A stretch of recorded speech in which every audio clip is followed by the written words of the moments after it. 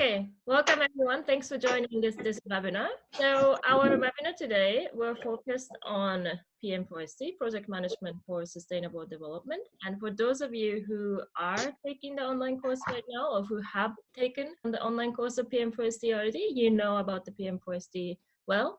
But we're also going to, for those of you who haven't done the course or who are interested in learning more, we'll share a little bit more on the PM4SD as well.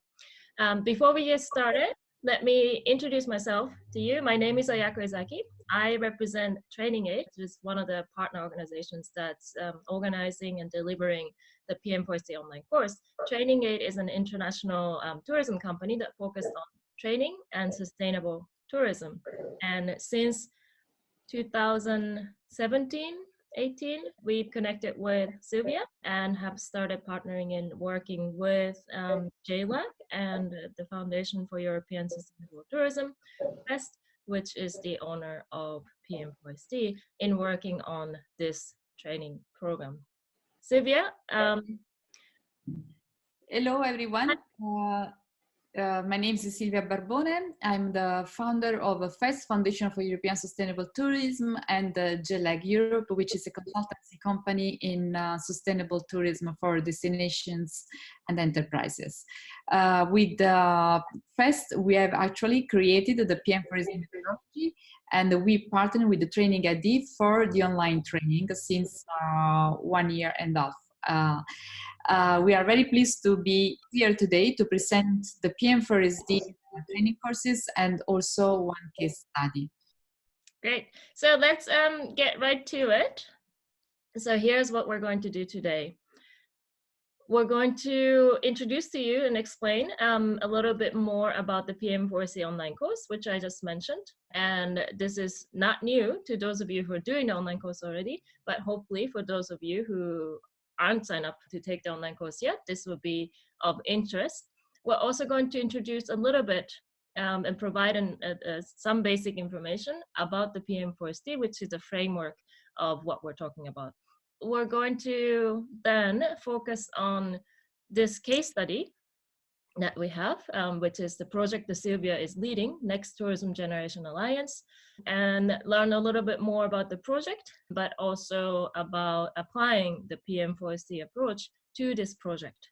We're going to have, towards the end of the session, some time to discuss with you, and we encourage you to be thinking about a project example that you're working on, or a project idea that you have, or maybe a project plan that you're currently working on, to share with us about your own experiences and how PM4SD might be applied to your experience. So please be thinking about that, and we encourage you to share. So let me start with our introduction to the PM4SD online course. So there are a lot of options available to participate in the training program of PM4SD to learn about the scheme. And there are two levels, the foundation level and the practitioner level. The foundation level, as you can see here, is really about understanding this approach, the principles, the tools, and approach of the PM4SD methodology, so that you have a good foundation to start.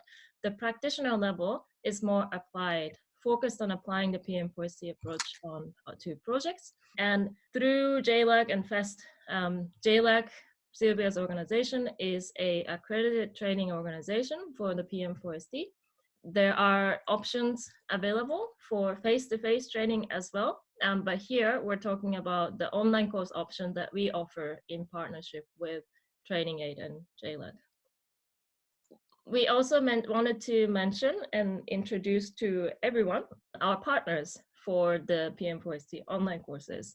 As we mentioned in the beginning, here are the organizers, the TrainingAid, as well as Jlag and FEST, the Foundation for European Sustainable Tourism, are the main organizations that are offering the training. But we've also had the opportunities to collaborate with these industry organizations representing many different fields. As you can see, the destinations, public and private sectors, NGOs, and educational institutions. So really representing the tourism industry and different areas of the tourism industry. So we've been really fortunate to be able to work with these organizations to spread the word about our courses and to engage different groups of tourism industry stakeholders. So thank you to these partners. And we have some of our webinar participants or those watching this in recording from our partner organizations as well. So in this next segment, we would like to introduce you to the PM4SD. The PM4SD, Project Management for Sustainable Development, is an internationally recognized methodology and professional qualification, as we mentioned earlier, as the foundation and practitioner level. It's a certification that you can receive as a project manager. And this methodology is designed to ensure tourism projects deliver tangible benefits and achieve lasting impacts. So it's a project management tool that's customized specifically for sustainable tourism with these goals of making sure that projects are sustainable, and not only sustainable, but also really meaningful in terms of the results that they produce.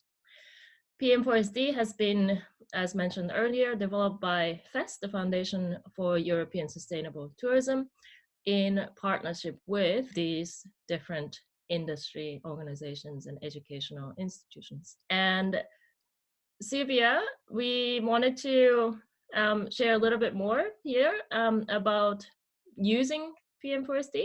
Yes, it's really important to understand when you approach PM4SD how you can use PM4SD.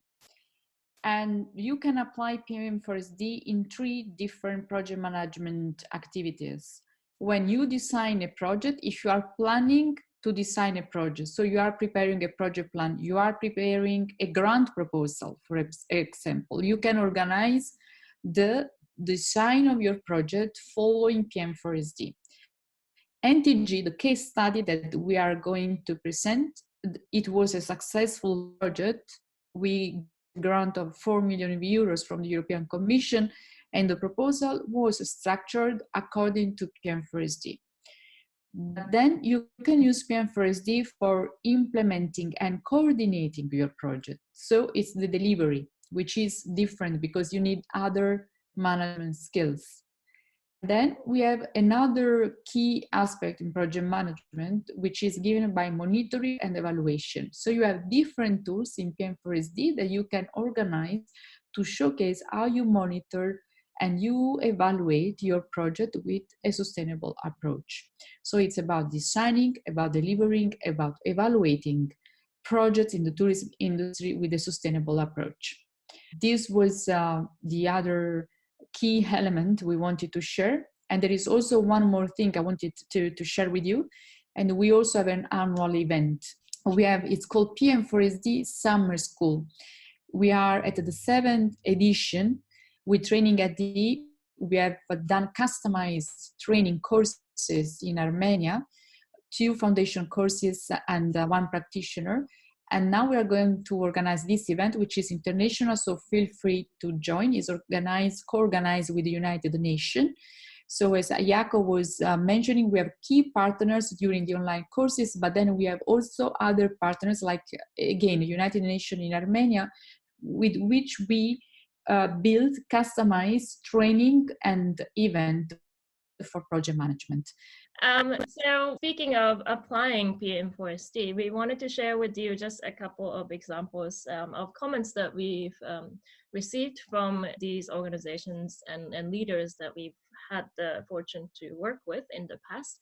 So the Travel Foundation, which I think many of you know of. So the Travel Foundation, the organization itself, has been working with Silvia in the past few years, I think, with this focus, because Travel Foundation as an organization has a lot of projects in around the world. So it's a really relevant topic. And we've also had the opportunity to work with Sally as our presenters as well.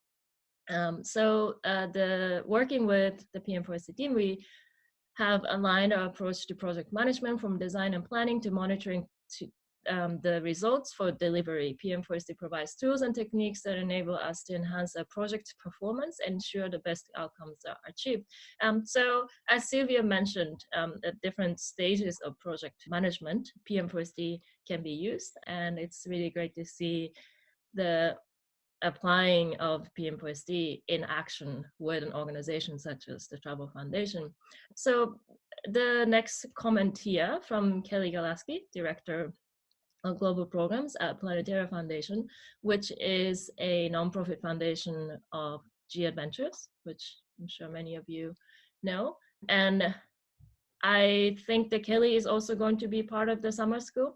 Yes, she's one of the key speakers. Yeah. So and she was in the past as well, and has been part of the PM4SD course and has provided this feedback that PM4SD training is a comprehensive toolbox for guiding the management of complex donor-funded project, which she has experience with.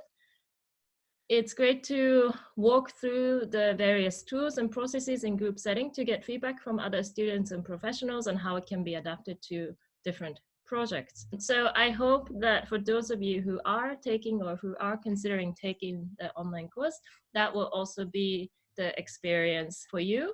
So before we go to the NTG case study, a couple more things that we want to mention.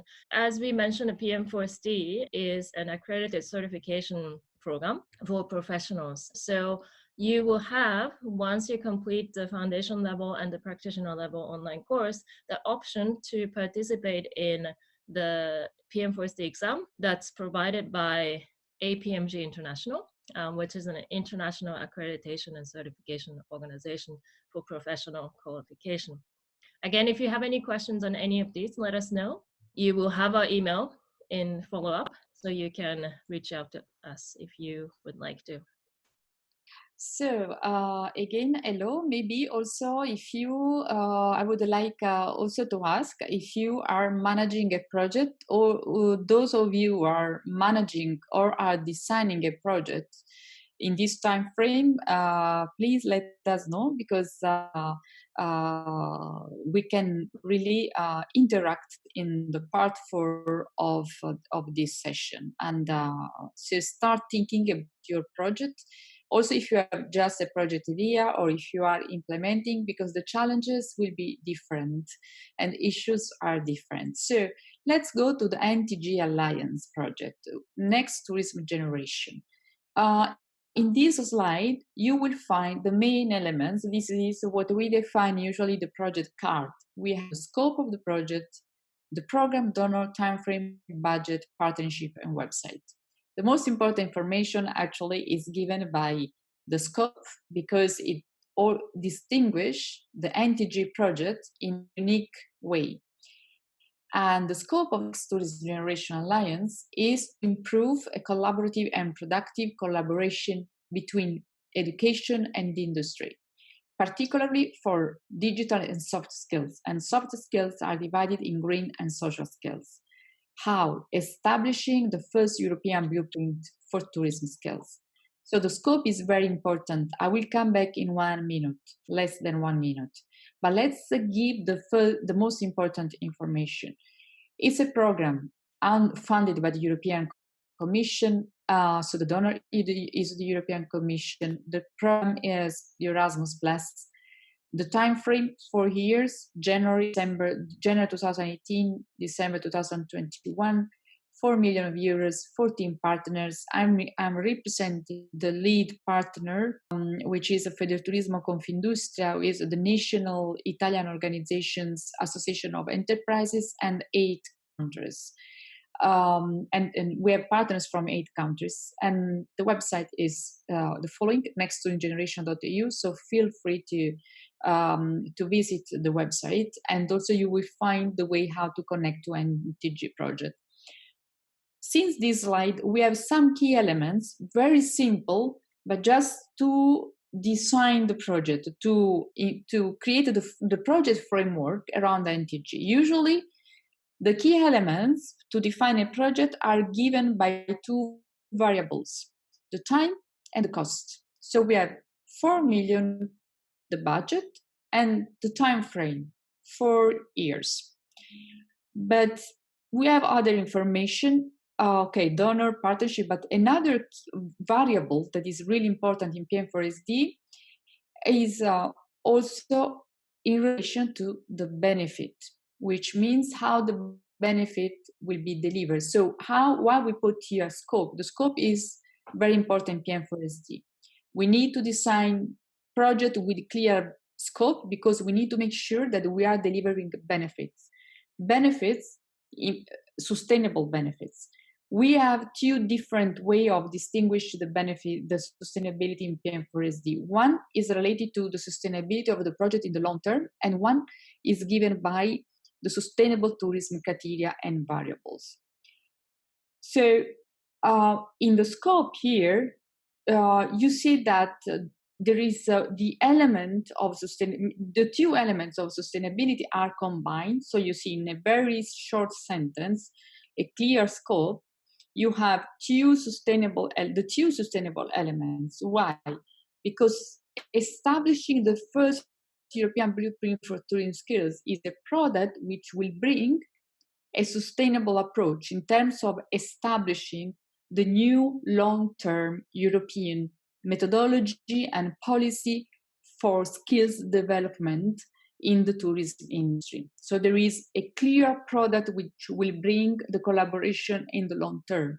At the same time, the sustainability is given by the green, and actually we have also social, cultural. We decided to name only social, but the social skills include also social culture. So we already have the sustainable dimensions in terms of sustainable tourism criteria through the skills specialized in sustainable tourism criteria. So you see that we have the two sustainable tourism elements in the scope of the project.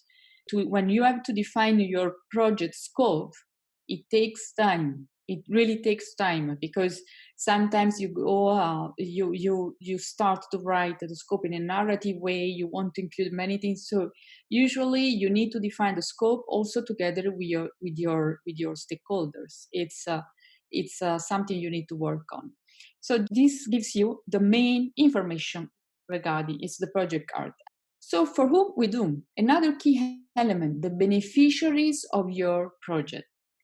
So we have three main beneficiaries, but the beneficiaries are not only beneficiaries in terms of final users. They will be part of our delivery. They are part of our stakeholders groups, and we need to make sure that we develop with them a sense of ownership around the project. It's important because in many tourism projects fail. One of the key reasons is lack of sense of ownership. There is no motivation, no clarity about the scope of the project, the achievements. So it's very difficult to keep the stakeholders motivated. So which are the benefits for each of the stakeholders needs to be defined in the very beginning. And we need to make sure there is a plan of activities that we plan through the PM4SD stakeholders engagement plan.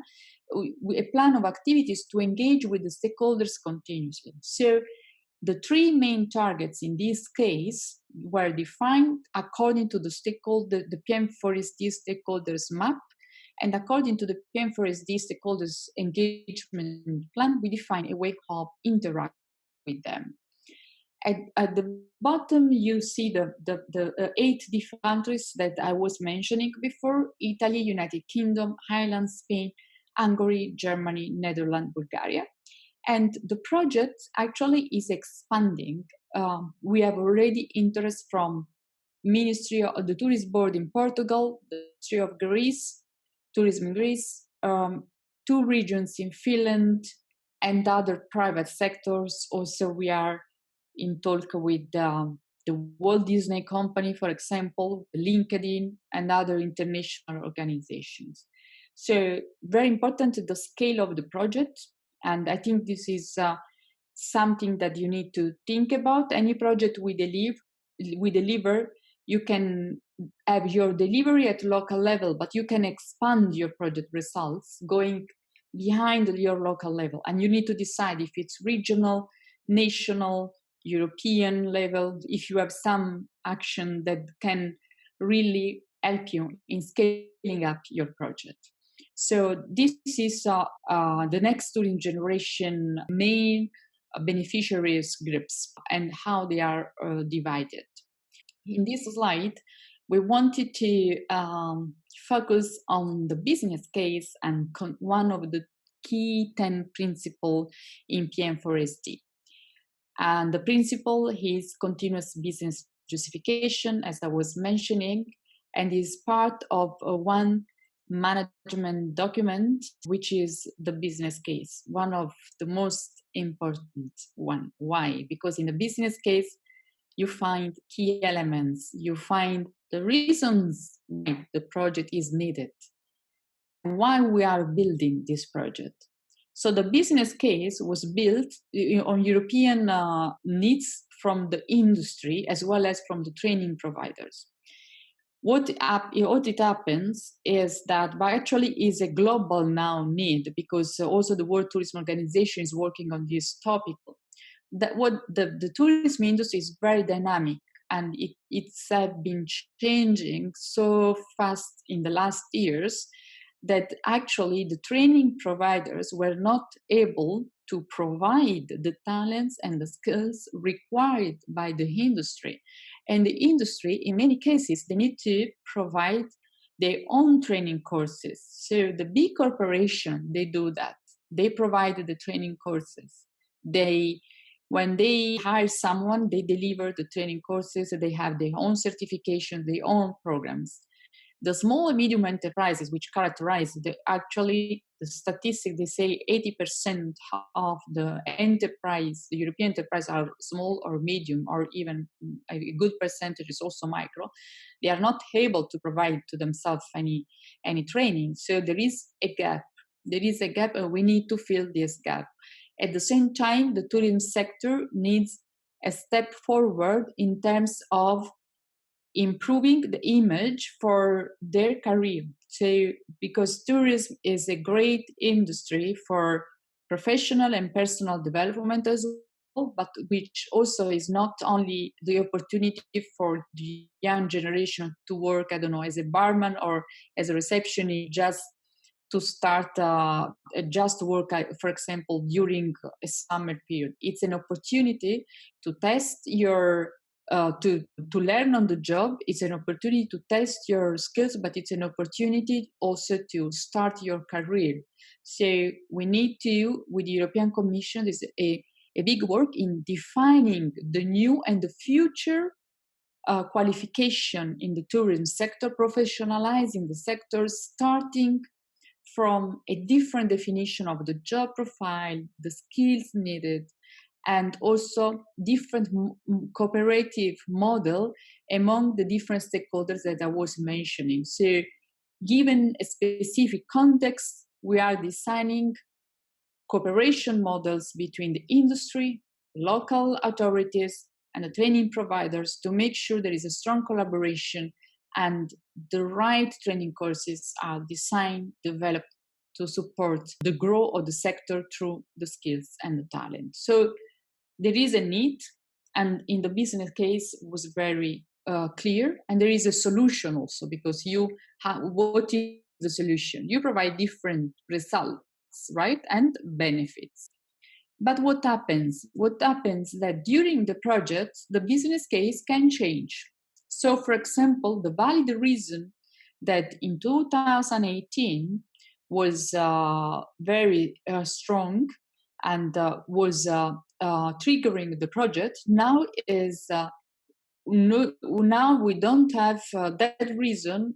Because of some changes, there is no reason to continue with the project. I do a practical example. You saw that we have in the partnerships partners from United Kingdom. Because of this is a very simple example, but because of the Brexit, there is no reason for having the UK partners in our project. If let's see, if the blueprint is happening in almost 1 month, so of course there is still a reason for the project. So when you assess the business case, there is a valid reason. You need to ask and to assess this principle for whom. So the main reason should be for who is funding the project, who is implementing the project, and the main beneficiaries. So if we have 8 countries and Europe is still a coalition, so we still have all the member states supporting European policies. So there is a valid reason at European level, but there is no valid reason to fund a partner which is leaving EU.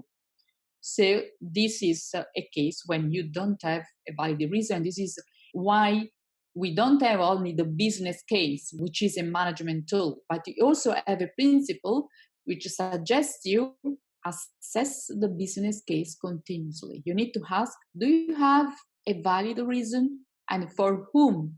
So remember that projects are not abstract. They are linked always to implementers, beneficiaries. So to make sure that a project will bring real results, you need to make sure that you have the clarity and the commitment to deliver the results to specific target groups and users.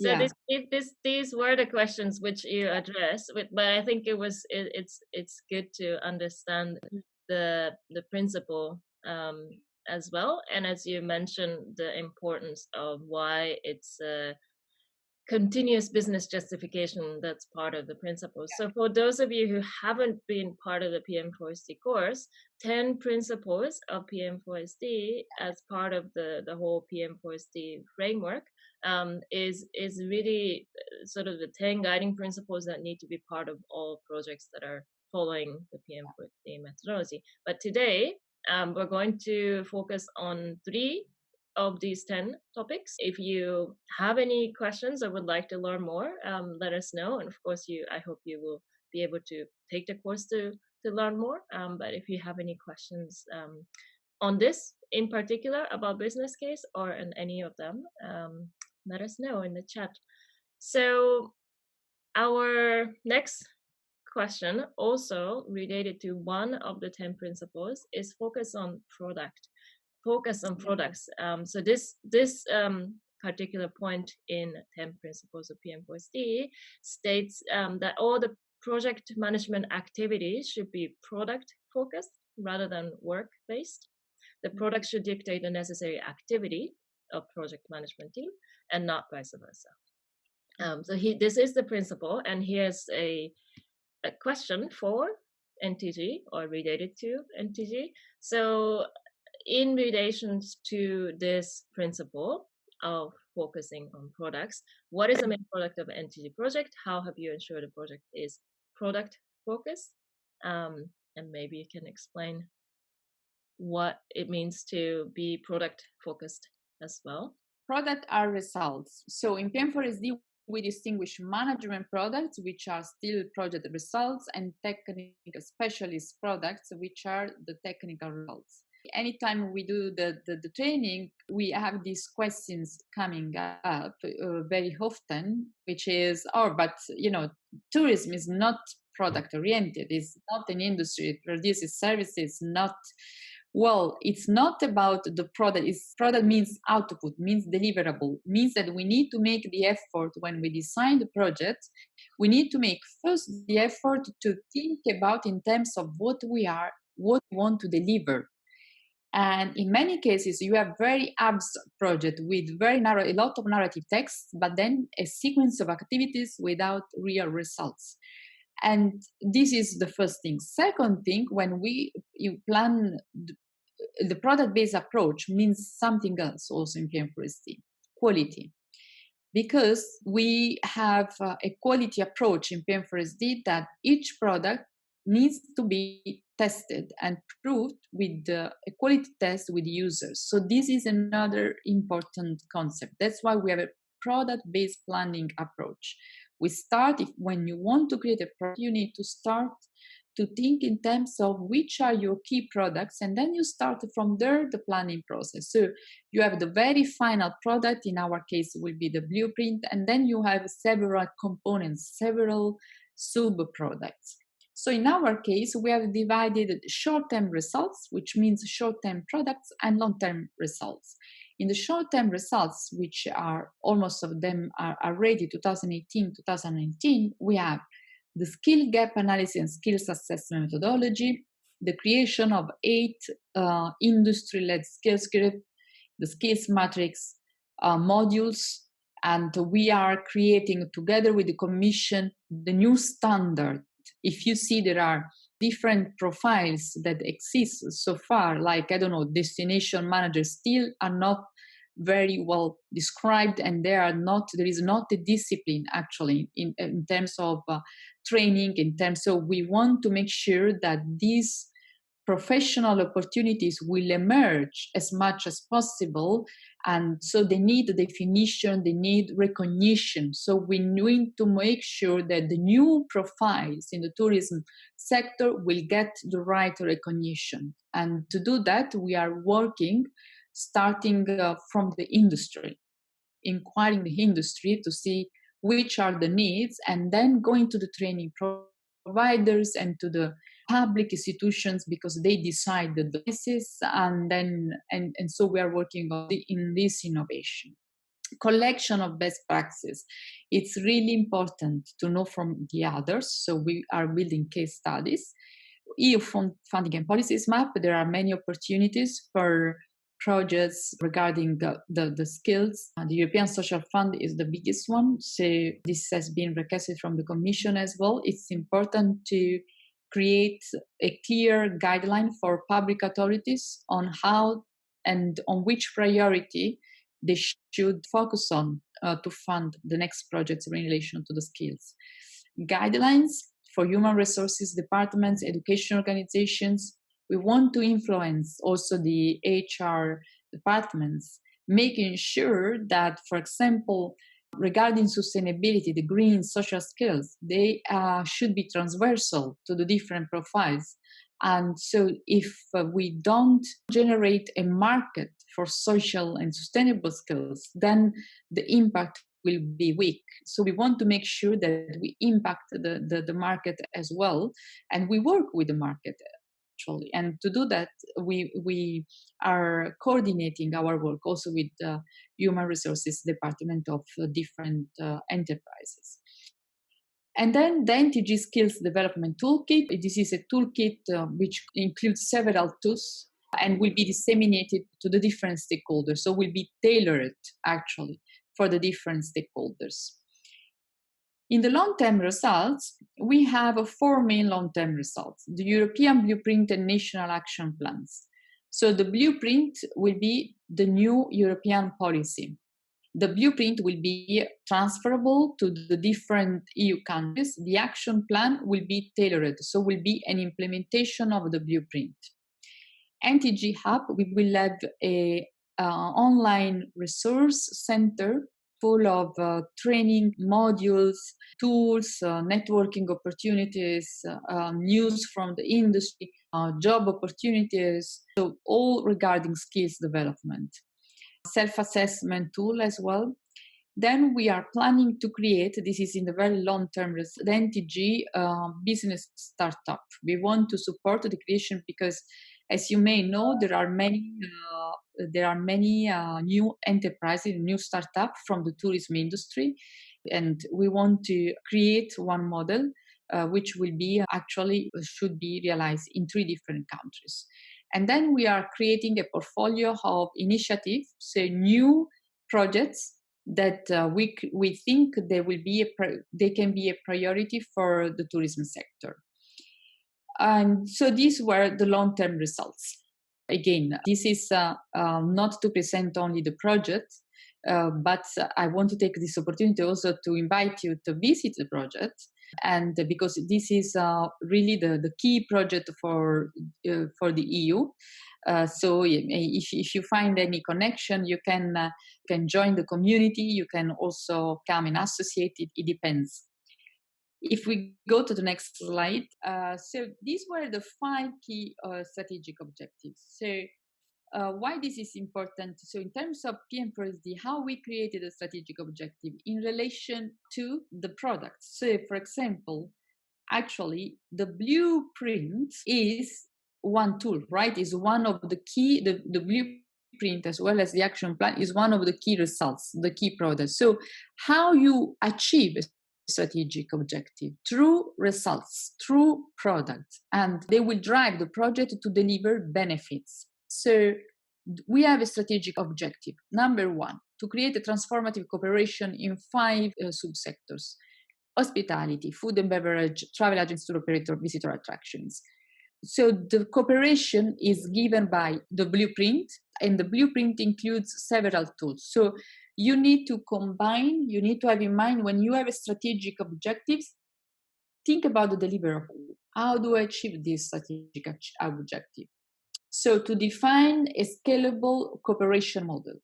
So the cooperation model is given by different governance model that we will propose to be adopted. So again, this is including the blueprint as well. So you need to think about the product, how is linked to the strategic objectives. Transfer and adapt. We have the toolkit to establish regional sectoral skills alliance ecosystem for tourism development, industry-led skills group. To improve image of tourism career pathways, to change, to work with the Commission through the ecosystem, through the different EU systems, to improve, to innovate the job profiles through green, social, and digital skills. So this is a key connection, because sometimes when we describe the project strategic objectives, we tend to be a bit abstract, while you need to link the project strategic objective to real results.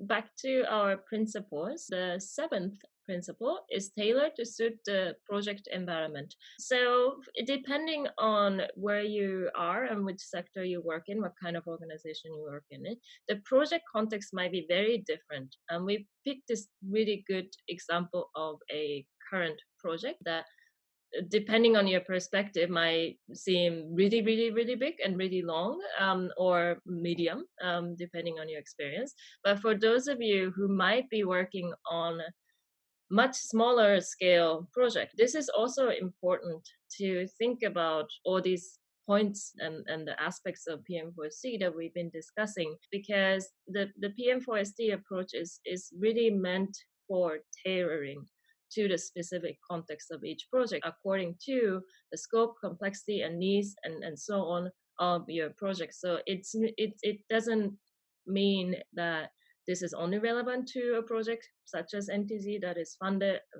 large budget, and so on. But even if you have a much smaller scale project, these principles, as well as the tools that Silvia has mentioned and explained, are relevant to you. So we wanted to also ask Silvia about NTG in terms of tailoring the PM4SD approach for this particular project. Yeah. This is the last question that we have. Yes, it's a complex project. Why? Because NTG, we have a project management team created that is transnational, which means we have 8 countries. So our team, I'm coordinating the whole project. So, and I have my team, in different countries. So the first thing that we did, tailoring PM4SD, we did the training to make sure that everyone had the right tools. This was an important step. So in the beginning, then the project was already designed with PSD, so it was quite easy to organize and implement the project.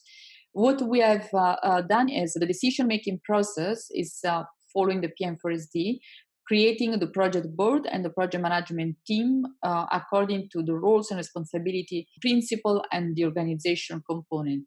We have decided that there are the quality management, for example, is managed through the PM4SD. So quality is managed through the quality approach, which includes several things, risks, and all the plans. We have the project plans. We don't have stage plan. Like in PM4SD, we distinguish project, stage, and team plan. So we have kept the project plan as main plan. And then we go straight to work packages and product description as main planning tool. Then all the reporting is a bridge between PM4SD and the European Commission. So, but it's based on the PM4SD actually, because it's very similar. So we have adopted some of the European Commission tools. Like we have, for example, in PM4SD, we have highlight report, they have flash report. So it's very similar, and we could have adapted. Very important, what we have kept is the stakeholder engagement approach. This has been really critical, is critical for our project. Again, of course, there are challenges because it's a complex project, and still you need to think about that because the industry is changing. So there are new things. So we need to make sure that we are continuously monitoring the project results, and to do that, we apply also one of another principle, which is learning from experience, which is not only from past experience, it's also from live experience. So we make sure, so we have a knowledge hub we have created where we include, we go from case studies, publications, all the news. So we need to make sure that we are not working an isolated way, but we are learning also from the external part. So we need to think about the project, but we need to look out of the box. And of course, sustainability. So we have the two sustainable approach for long-term results, and PM4SD approach to make sure that the sustainable tourism is linked also to the skills. So this will be actually the first time in Europe that sustainable tourism should be recognized as part of the skills, formal skills, not informal skills, but formal skills in the skills panorama. So in terms of tailoring, again, we started with the training. We created a project management team with team leaders in different areas, and we have simplified the planning process in terms of keeping one unique project plan, different product description for each product description, and work packages. And then we have applied the risk and quality, especially through the logs that are two management tools that we have. And of course, revision of the business case. This is quite a complex project, so we need many of the tools in place, many of the PM4SD tools. Mm-hmm. So to implement following the PM4SD, because I see this is a challenge, because still the management skills are lacking in many contexts. So these were the main challenge. So I think that, as you mentioned in the beginning, the workshop for team members on PM4SD or a training in the beginning, I think that's a really good, simple example. And I remember also in our previous course group, there was a question as we discussed the roles and responsibilities of team members and so on. The question was, is it important that everyone knows this? the different terms, for example, or the stages and so on. So that's a really good point, because even if your project is really small, you're going to be working with some other people. And maybe your project is multinational and many different people from different countries involved. Maybe you have a two-person team.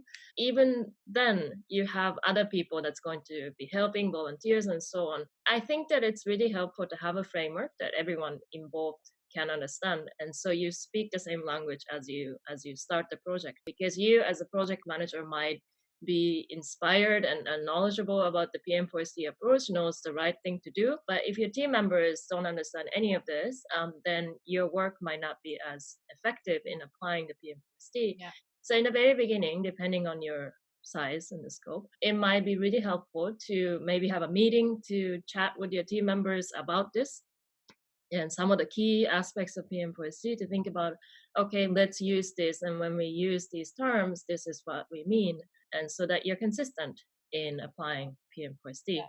Yeah, very important. Yes.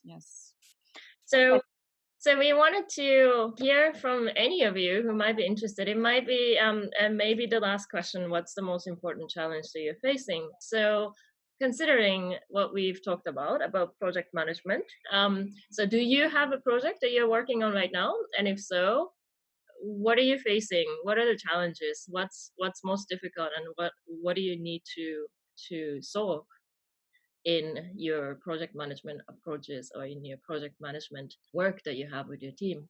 Hailey. Yes, we leave you, Ellie. I'm muted. Where are you from, Ellie? Hello, do you hear me? Yeah. Yes. Great, Hi. great. Hi, Ayako, and hi everybody. Basically, I'm British, but living in Montenegro for the past 14 years, working here in Montenegro and the Western Balkans. We have adventure tour operator, cultural tour company, and yeah, I did the sustainable tourism GCST sustainable tourism certification a couple of years ago, as Ayako knows, and really was amazing.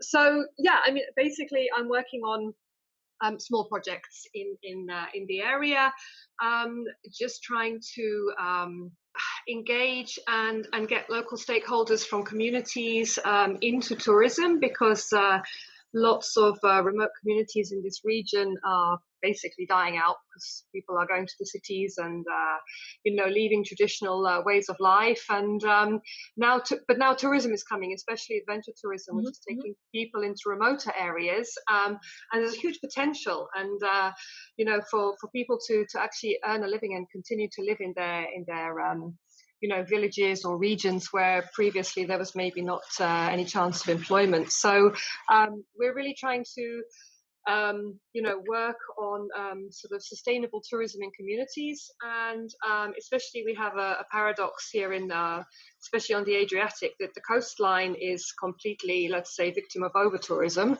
whilst this vast interior Western Balkan region, pretty much outside of the big cities, has no tourism. So it's an area I'm very passionate about, and although I'm working commercially, organizing tours and experiences for visitors from all over the world in the region, I'm also working on some small-scale projects here to develop, let's say, e-biking tours and gastronomy and, tours which link into the culture and allow people to access areas they might not get to otherwise. So I think the PM4SD course is going to be very useful for the next stage, even, if we're looking at examples of projects which are much wider or cover a much larger area.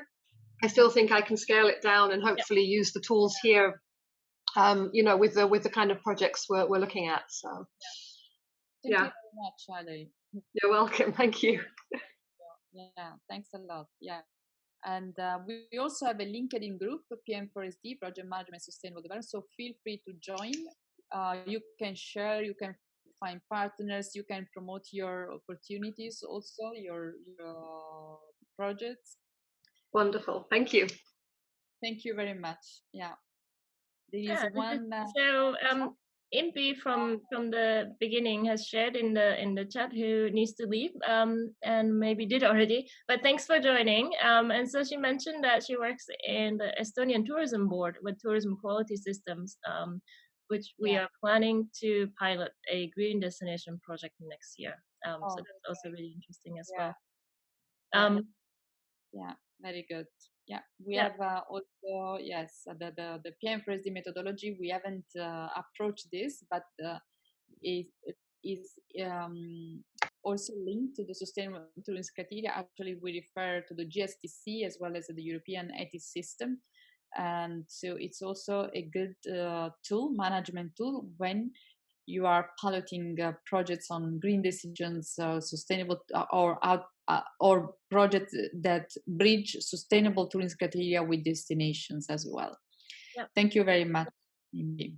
And as we talk about sustainable tourism, it's always really great to see engagement at the destination level with the strategic thinking, whatever the specific topic might be. So as it was the case with Armenia, as Silvia mentioned earlier, and in this case Estonia as well, and I think that there's definitely a need and opportunity to really apply an approach like PM4SD at the destination level to ensure that tourism is sustainable.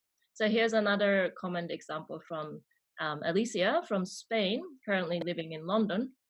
I've been working for 11 years as a tourism project officer for a regional ministry, and now have just started a new exciting project as a freelance tourism consultant. That's really exciting. So project tourism and project management is really sort of key to all of what you do and have been doing.